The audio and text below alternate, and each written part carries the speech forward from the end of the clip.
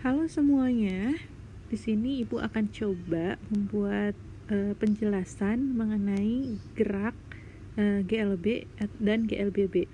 Ibu akan potong per bagian-bagian biar kalian tidak terlalu jenuh untuk mendengarkan secara keseluruhan. Ibu harap dengan video ini kalian bisa lebih memahami. Dan kembali lagi, kalau misalkan ada pertanyaan, silahkan kalian boleh japri langsung ke Ibu. Tidak usah malu, tidak usah takut, dan tidak usah ragu. Silahkan kalian tanyakan ke Ibu. Karena kalau misalkan takut bertanya, sesat di jalan. Nah, sebelum Ibu membahas ke GLB dan GLBB, Ibu akan coba bahas dulu gerak. Gerak itu artinya berpindah tempat. Oke. Nah, kemudian di sini ada gerak lurus. Gerak lurus itu berpindah tempat pada satu garis lurus. Di sini akan dibahas juga mengenai perpindahan dan jarak. Istilahnya di sini perpindahan. Perpindahan itu bisa disampaikan bahwa seberapa jauh benda berpindah tempat relatif terhadap posisi awal. Nah, misalkan di sini ada A, B. Bendanya bergerak ke kanan. Sejauh ini jarak antara A dan B itu 50 meter. Maka perpindahan AB sama dengan 50 meter. Oke, kita lanjut. Misalkan ada yang berikutnya. Di sini ada A, C, B. Terus bendanya ini bergerak ke sini ataupun nanti ke sini.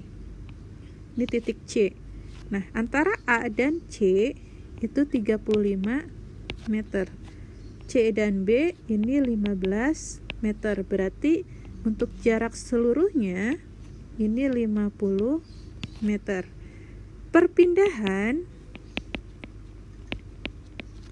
Perjalanan A, B, C benda tersebut bisa dibuat 35 meter.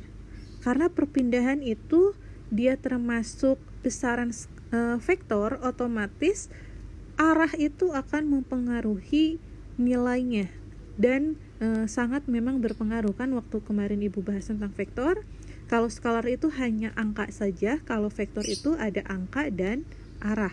Nah, saat si benda ini dia ke B, ini kan memang 50. Kemudian dari B ini dia arahnya berubah. Berarti ada pengurangan sejauh 15 meter. Artinya bisa dibuat hanya jarak ini saja, 35, atau bisa dijabarkan jadi 50 meter dari A ke B. Nah, karena B ke C ini berubah arah, jadi dikurangi 15, yaitu 35 meter. Oke, sampai sini jelas? Oke, lanjut. Misalkan di sini ada B, A, D. Sini ada benda juga. Titik A-nya 15 meter. Lalu ada 25 meter. Kalau ditanyakan berapa perjalanan DAB, berarti dari ini DAB ini kan sejaran, berarti 25 ditambah 15 sama dengan 40 meter. Kalau ditanya DBA, D ke B, nah dia berlawanan arah ke A, berarti bisa ditulis hanya 25 meter atau 40 meter dikurangi 15 meter, yaitu 25 meter, sama saja. Oke, sampai sini ada pertanyaan? Kalau ada, silahkan kontak Ibu Japri Ibu. Kemudian lanjut, kalau tadi ada perpindahan, sekarang ada jarak. Nah, kalau perpindahan itu dia besaran vektor, kalau jarak ini besaran skalar, hanya angka saja yang mempengaruhinya. Jadi di sini kalau tadi perpindahan itu seberapa jauh benda bergerak berpindah tempat relatif terhadap posisi awal. Kalau jarak ini pengertiannya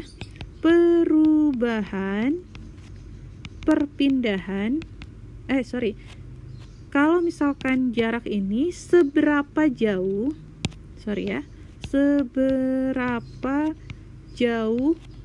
benda bergerak, artinya arah itu tidak pengaruh. Contohnya di sini ada A, C, B. Ini ada 30 meter, 20 meter. Nah, yang ditanyakan misalkan jarak AB, sudah pasti jarak AB 30 ditambah 20 sama dengan 50 meter. Jarak ABC berarti jarak A ke B ke C. Ya, karena tadi Ibu bilang tidak pengaruh arah, otomatis ABC ini 30 tambah 20 ditambah 20 lagi sama dengan 70 meter. Nah, kalau ditanyakan ABCA, berarti dia kesini lagi ke A. Artinya 30 ditambah 20 tambah 20 tambah 30 sama dengan 100 meter. Nah, kalau ditanyakan perpindahan ABCA, berarti 0 meter. Karena dia kembali lagi ke awal, ke titik awal. Tidak berpindah artinya si benda itu. Atau kalau kalian lihat seperti ini, otomatis 0 meter. Contoh lain, misalkan lingkaran. Lingkarannya kurang bagus. Misalkan lingkaran. Ya. Lingkaran. Nah, kalau misalkan dia bergerak dari titik awal di sini si A, lalu benda ataupun seorang ini, pelari ini bergerak dari titik A mengelilingi satu lingkaran. Kalau misalkan ditanyakan berapa jarak yang ditempuh dari si pelari ini, jarak pelari, maka dia keliling lingkaran. Tapi kalau ditanyakan perpindahan yang dilakukan pelari itu sama dengan 0 meter, karena dia ada di posisi awal lagi. Oke, jelas sampai sini? Ibu ulangi lagi, kalau ada pertanyaan silahkan tanyakan ke Ibu. Kemudian di sini ada kecepatan. Biar ini 3 kecepatan. Kecepatan itu perpindahan tiap satuan waktu atau detik. Nah, kecepatan 10 meter per detik.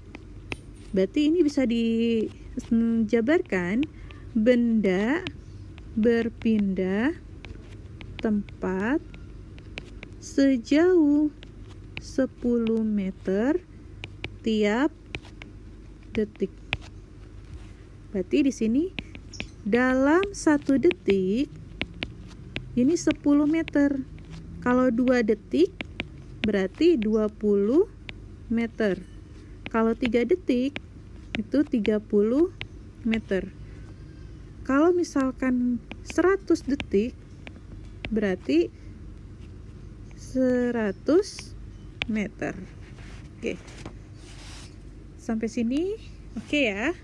Nah, oke, Ibu lanjut ke materi kecepatan rata-rata. Contoh di sini ada A, B, C.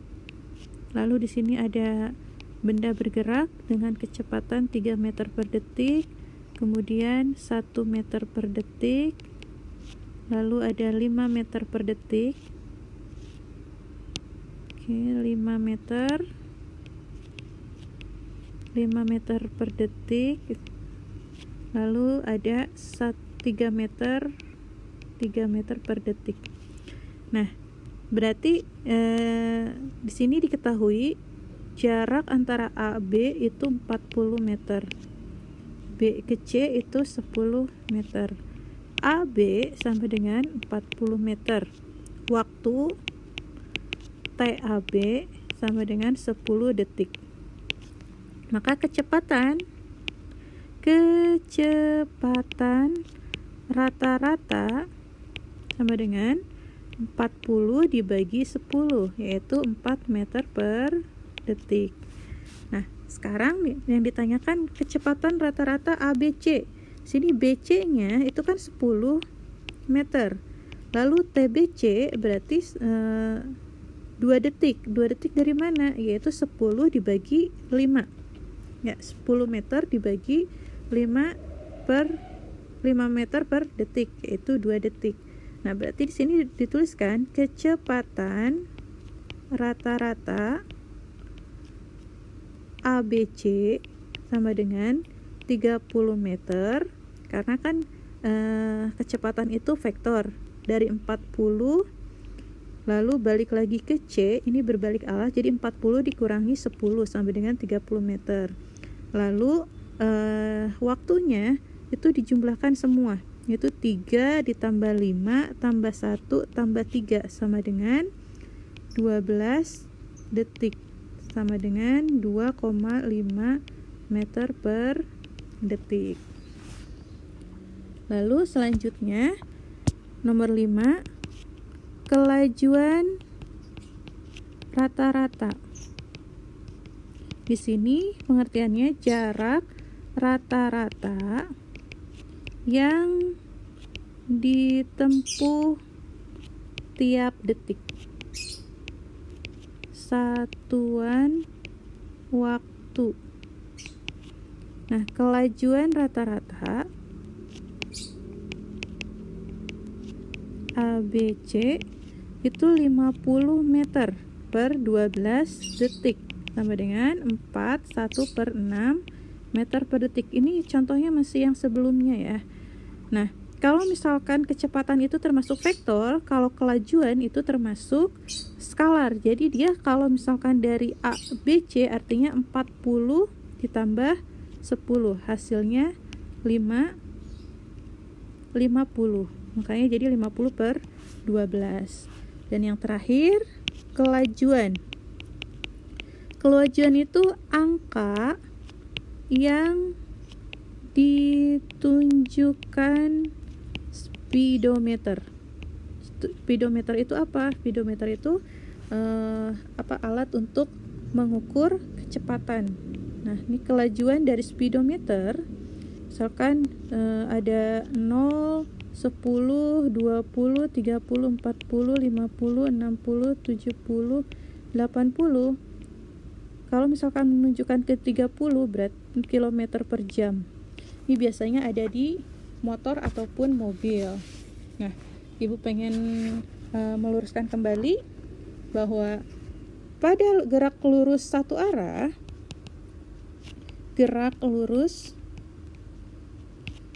arah, perpindahan ini bertolak belakang dengan jarak. Lalu kecepatan ini juga berhubungan dengan kelajuan tapi bertolak belakang. Nah, gerakannya hanya ke kiri ataupun ke kanan, tidak bolak-balik. Kalau misalkan itu gerak lurus satu arah. Oke, sampai sini dulu. Nanti selanjutnya di video yang berikutnya Ibu akan bahas mengenai gerak lurus beraturan. Nanti ada gerak lurus beraturan untuk benda yang saling berpapasan, kemudian gerak benda yang saling menyusul, atau gerak benda yang bergerak satunya duluan. Itu nanti akan Ibu bahas di video selanjutnya. Sampai di sini dulu, sampai jumpa di video berikutnya. Bye semua.